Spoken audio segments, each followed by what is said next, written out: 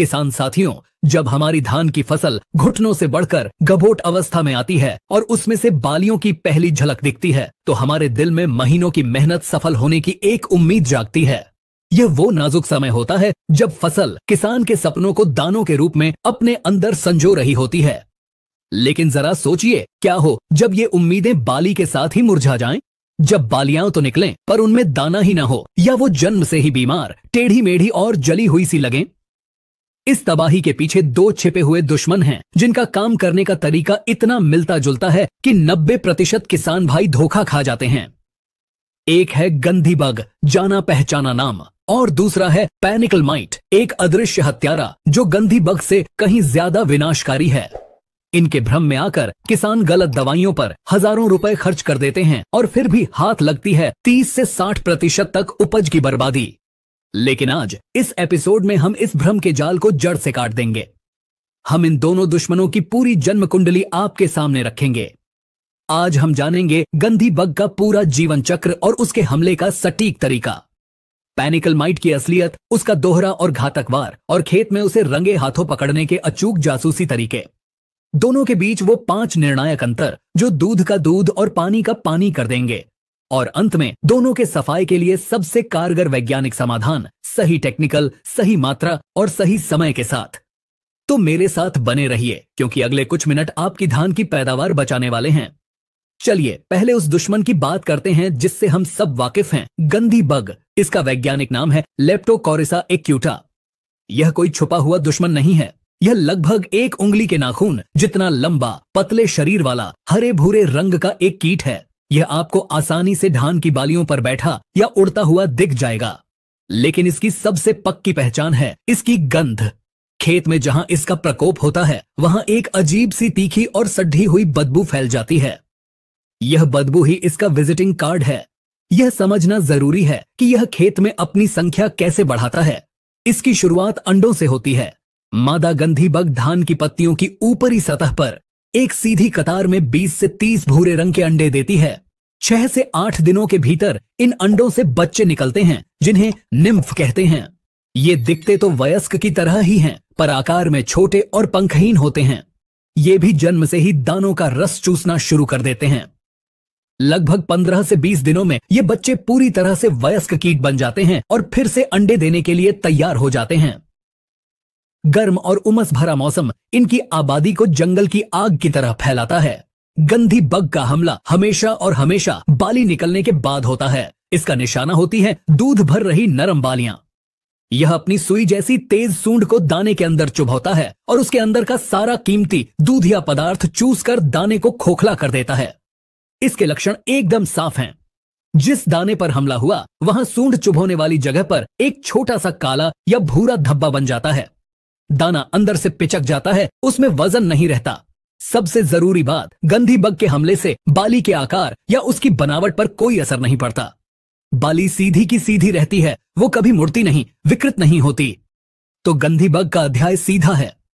यह एक बद्धा दिखने वाला बदबूदार कीड़ा है जो बाली निकलने के बाद दूधिया दानों पर धब्बे बनाकर उन्हें खोखला करता है।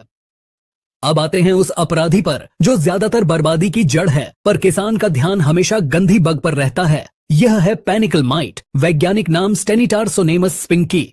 सबसे पहले ये गांठ बांध लीजिए कि यह कीड़ा नहीं है, यह मकड़ी परिवार का एक सदस्य है, एक अत्यंत सूक्ष्म जीव। 0.2 मिलीमीटर से भी छोटा होता है, यानी रेत के कण से भी बारीक। यही कारण है कि इस पर आम कीटनाशक काम नहीं करते। यह अदृश्य नहीं है, बस हमारी नंगी आंखों की पकड़ से बाहर है, पर इसे पकड़ने के 3 अचूक तरीके हैं। पहला तरीका है शीत की जांच। इसका सबसे बड़ा सबूत बाली निकलने से पहले मिलता है। पौधे की उस झंडा पत्ती की खोल को फाड़ कर देखें जिसके गर्भ से बाली को निकलना है। अगर आपको खोल की अंदरूनी सतह पर कत्थई, चॉकलेटी या काले रंग की धारियां या धब्बे दिखें, तो यह 100% पैनिकल माइट का ही हमला है। दूसरा तरीका है मोबाइल स्क्रीन टेस्ट। अपने मोबाइल की स्क्रीन को बंद करके काला कर लें।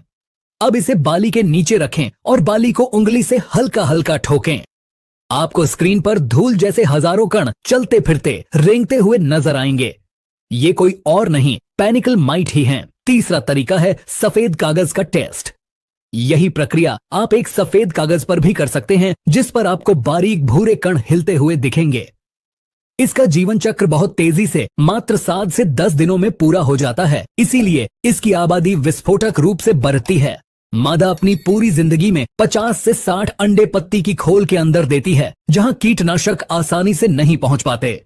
पैनिकल माइट 2 चरणों में हमला करता है और यही इसे सबसे घातक बनाता है।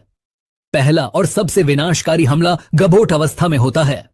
जब बाली पत्ती की खोल के अंदर अपनी शिशु अवस्था में होती है, ये माइट वहीं लाखों की संख्या में उसका रस चूस चूस कर उसे जन्म से ही कमजोर और बीमार बना देते हैं।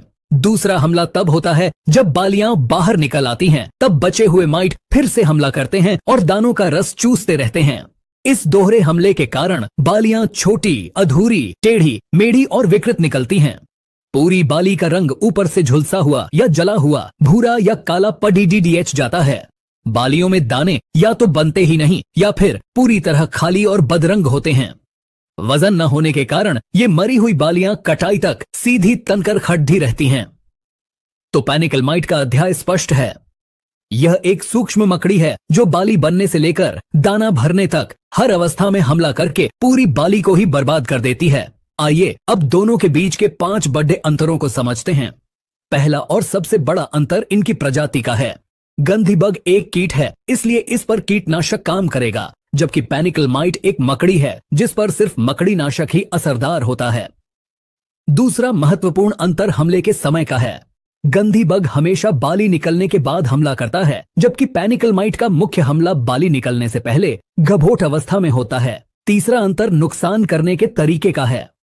गंधी बग सिर्फ दानों का रस चूसता है, जबकि पैनिकल माइट पूरी की पूरी कोमल बाली को ही चूसकर कमजोर कर देता है। चौथा अंतर इनके लक्षणों का है। गंधी बग के हमले से दानों पर सिर्फ काले धब्बे बनते हैं, लेकिन बाली सीधी रहती है, जबकि पैनिकल माइट के हमले से पूरी बाली ही टेढ़ी मेढ़ी और जली हुई सी हो जाती है। पांचवां और आखिरी अंतर इनकी दिखावट का है। गंधी बग एक बड़ा कीट है जो आसानी से दिखाई देता है, जबकि पैनिकल माइट एक अत्यंत सूक्ष्म जीव है जिसे आंखों से देखना थोड़ा मुश्किल होता है। अब जब दुश्मन की पहचान पक्की हो गई है, तो चलिए उसके सही इलाज की बात करते हैं। पहले बात करते हैं पैनिकल माइट के नियंत्रण की। याद रखें, इसके लिए हमें सिर्फ और सिर्फ मकड़ी नाशक का ही इस्तेमाल करना है। इसके नियंत्रण का सबसे सही समय है गभोट अवस्था। जब बालियां निकलने में 10 से 15 दिन बाकी हों, तभी पहला स्प्रे करें। कुछ असरदार मकड़ी नाशकों में पहला है स्पाइरोमेसिफिन 22.9% SC, जो बायर के ओबेरॉन नाम से आता है। इसकी मात्रा 200 मिली प्रति एकद्दा रखें। दूसरा टेक्निकल है डायफेंथ्यूरॉन 50% WP, जो सिंजेंटा के पेगासस नाम से आता है। इसकी 240 ग्राम मात्रा प्रति एकद्दा का प्रयोग करें। तीसरा टेक्निकल है प्रोपरजाइट 57% EC, जो धानुका के ओमाइट या PI के सिम्बा नाम से मिलता है। इसकी 400 मिली मात्रा प्रति एकद्दा का प्रयोग करें। स्प्रे करते समय नोजल का मुंह पौधे के तने और पत्ती की खोल की तरफ रखें और घोल में सिलिकॉन आधारित चिप को जरूर मिलाएं। अब बात करते हैं गंधी बग के नियंत्रण की। इसके लिए असरदार कीटनाशक का प्रयोग करना है। सही समय है जब खेत में 10 में से 1-2 बालियों पर गंधी बग दिखे और बालियां दूधिया अवस्था में हों। इसके लिए पहला टेक्निकल है थियामेथॉक्साम 12.6% प्लस लैम्डा साइहलोथ्रिन 9.5% जेडसी, जो सिंजेंटा के अलीका नाम से आता है। इसकी 80 मिली मात्रा प्रति एकद्दा का प्रयोग करें। दूसरा टेक्निकल है बाइफेंथ्रिन 10% EC, जो FMC के टोलस्टार नाम से आता है। इसकी 300 मिली मात्रा प्रति एकद्दा का प्रयोग करें। तो किसान भाइयों, इस विस्तृत विश्लेषण के बाद अब आप सिर्फ किसान नहीं, अपनी फसल के डॉक्टर भी बन गए हैं। सही पहचान ही सही इलाज की कुंजी है। गलत दवा पर पैसा और समय बर्बाद करके अपनी फसल को इन दुश्मनों के हवाले मत कीजिए। आपके कोई भी सवाल या अनुभव हो तो नीचे कमेंट बॉक्स आपका ही है। और अगर चैनल पर पहली बार आए हैं तो परिवार का हिस्सा बने, सब्सक्राइब का लाल बटन दबाकर घंटी को ऑल पर सेट कर लें। मिलते हैं अगले एपिसोड में एक और नई तकनीकी जानकारी के साथ। तब तक के लिए जय हिंद, जय किसान।